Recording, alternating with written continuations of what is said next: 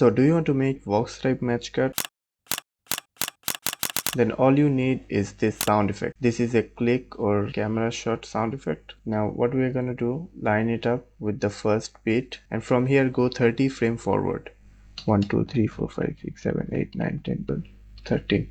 Now hold the alt key and click and drag to make a copy. And to line it up precisely, turn off this snapping and then line it up. And from here go 10 frame forward and then line it up, and then go 7 frame, and from here just decrease 1. So now 6,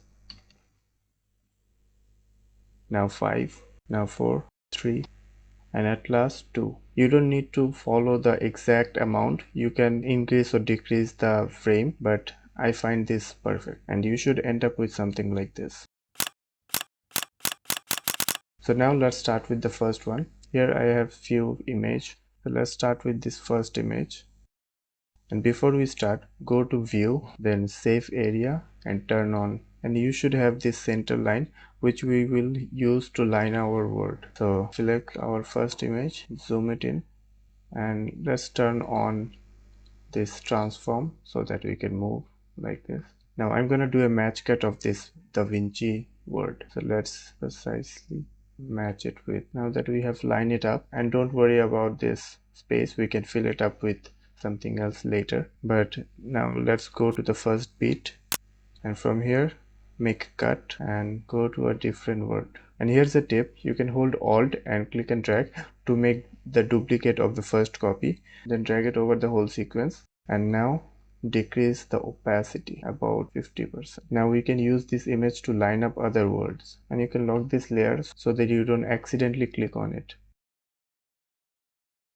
After you did that, let's go to the next bit and then make another cut. Select that, go to another word, then go to the next bit, and here I'm going to use a different image.